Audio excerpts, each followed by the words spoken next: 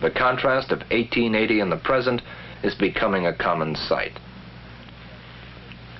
The problems of our cities are real, however, because of the heavy hand of old-fashioned design. It affects residential property. Much of our industrial space presents a special problem with old multi-story buildings. The elaborate pigeon roost we see here suggests that obsolescence stalks our apartment properties. Substantial and ornate buildings are to be found everywhere. Surely obsolescence should not cause despair. It is one of the results of America's rapid growth. It is the basic challenge to cities, however, and a twofold problem: architectural obsolescence and narrow lot pattern. The truly dynamic American cities are those that are coming to grips with the problem of outmoded structures. Increasingly, we are seeing large-scale demolition as the first step in building modern cities. The need of the hour is to acquire plottage by merging narrow lots for a new start. Getting needed space in our cities for modern structures is the only way to meet the competitive force of growing suburban strength. Some of our demolition is an easy process because of much light wood construction. Often the substance of our urban structures is such as to resist the power of the demolition hammer. As a people, however, we are steadfast as we tackle problems, and the hammer of demolition will be sure to swing with determination. In this jet age, events move fast, faster indeed than we sometimes realize, and our progress is certain to be steady as we clear away the structures that block progress.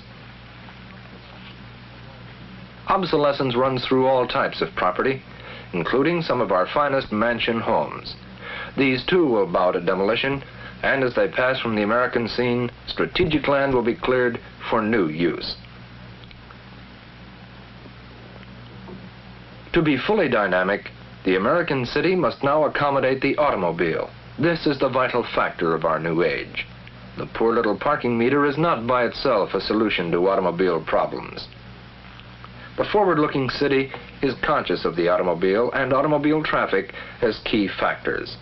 It is responding by providing adequate, well-located parking facilities, often building skyward to create the urgently needed space. Many cities have met the problem by building underground.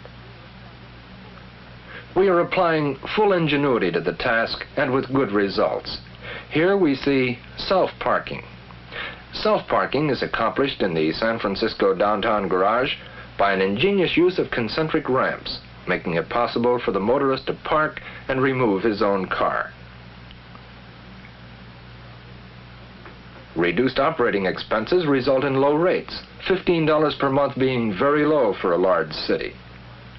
Also, there is free parking under a validation stamp plan with cooperating merchants.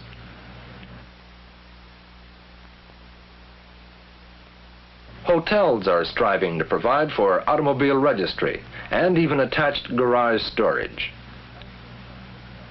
The El Cortez Hotel of San Diego, alert to the automobile, constructed a motel right across the street, so that now it offers both hotel and motel accommodations.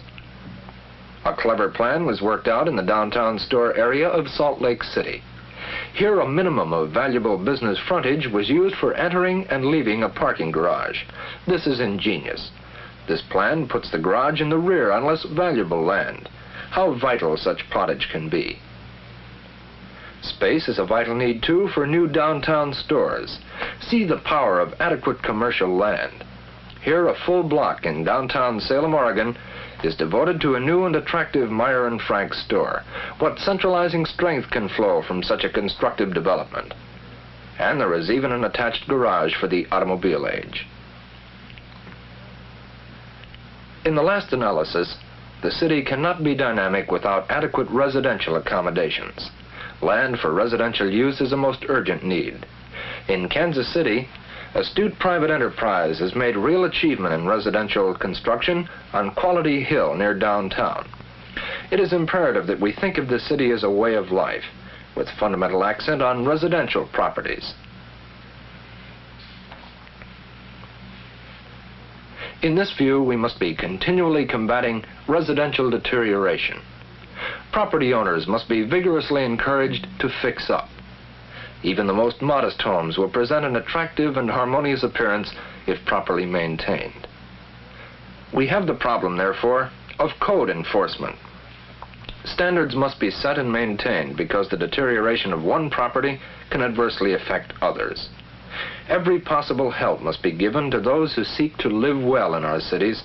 They should be considered as preferred city residents, entitled to full residential enjoyment.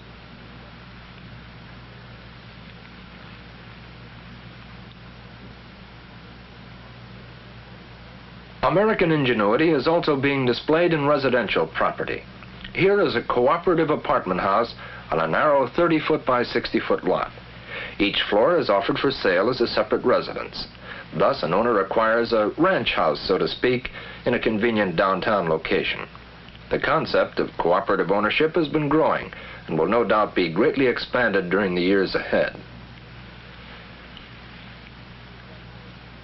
The city, therefore, clearly remains dynamic under the force of constant change.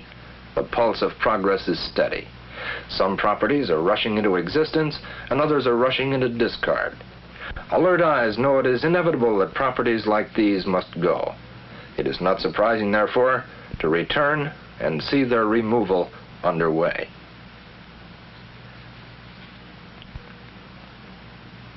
In America, we should not be impatient. All problems cannot be tackled at once.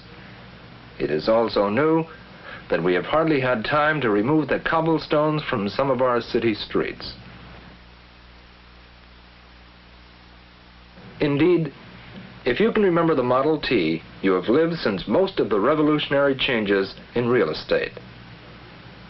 And as we go steadily forward, we see aluminum skyscrapers and stainless steel. The introduction of metals in real estate itself is revolutionary. It is difficult to believe that America is a land only recently removed from the log cabin, from primitive shelter. It is good that the state of Oregon has placed a statue of the pioneer woodsman on its capital, a beautiful reminder that the wilderness of this land was reduced to a dynamic civilization with the simple axe. What amazing achievement there has been in America. The problems of rapid growth are real but not insurmountable. Surely we must never construe density as a deterrent to city life. In many dramatic ways, we are moving in on obsolescence. We see in this setting new apartments introducing a new life. And note the proximity to office buildings, an exciting new city trend.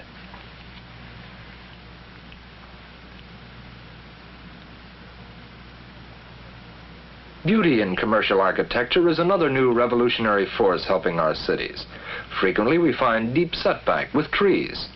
The introduction of attractiveness in commercial real estate results in a new harmony between commercial and residential. This is revolutionary because in the past, business property was often considered repugnant. Surely the pleasing harmony here is a constructive force for good in building modern cities. Let us summarize now by looking at St. Louis. First, what is St. Louis? Well, in terms of urban problems, it means broad leadership, Chamber of Commerce, architects, city planners, realtors, home builders, contractors, mortgage lenders, government officials. In short, a cross-section of community leaders must unite for action. The first step, of course, is urgently needed plottage. That has been started in St. Louis. In the use of the cleared land, St. Louis has made a highly desirable step in having an apartment house as an initial structure. Its close proximity to downtown office buildings gives accent to the exciting current trend toward living close in.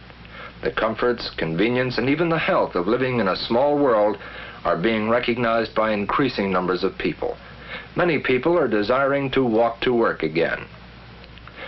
Such stimulating activity sparks further effort, and St. Louis is now cleaning up existing buildings to tone up the entire downtown area.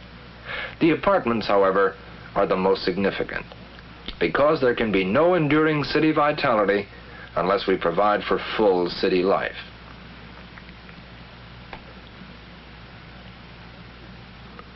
Lest you conclude that we are considering only large cities, let's look at very small ones. Here is some quaint obsolescence in tiny Columbus, Indiana, common, of course, to cities large and small. Leadership in Columbus refused to despair about obsolescence. A renowned architect was retained to create new beauty. The results are inspirational. What a great contribution our design professions are making and can continue to make in our urban life. Constructive activity was extended into the downtown business area. Here we see a typical American business street as developed during the horse and buggy era. A civic-minded family of bankers decided to construct a new bank using the finest of architectural guidance. The result, a breath of new life on an obsolete street. A truly beautiful corner with contemporary style, deep setback, and trees. It is really a great contribution to community betterment. People are well served. The problems of the automobile were fully realized and planned for with the very latest in drive-in facilities. The contrast of the old and a refreshing new achievement suggests that the pulse of healthy change exists also in small communities. Another exciting observation is found in the small community of Bartlesville, Oklahoma, the now famous Price Tower by Frank Lloyd Wright. For a small town, this building is quite amazing because it has offices and apartments on the same floor. Many people are putting strong accent on convenience even in small communities. Here certainly is another contribution of greatness and in a small city. Moreover, it is a law of real estate that constructive, dynamic effort sparks other activity. It is not surprising, therefore, to find collateral work going on in the area around the tower. Further demolition and rebuilding are stimulated by every constructive achievement. Thus, the benefits spread. The story, moreover, is the same for any community, large or small.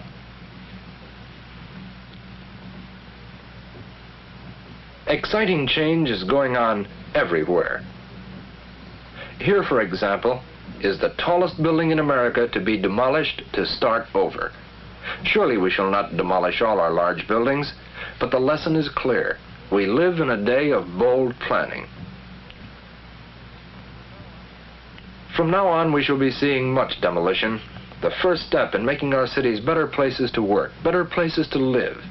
It will take great effort and real leadership, but as a people we can do the jobs. And as we see here the rubble of demolition at the feet of Columbus, let us remember that in many ways the continent is still before us. Our follow-up at this point shows Columbus standing in majestic survey of the most important dynamic urban trend, the office building and the apartment building going hand in hand to demonstrate the convenience of city life. And so the city remains dynamic. Surely, if we can recapture the courage and forward-looking spirit of the discoverers and pioneers of America, building better cities will be assured.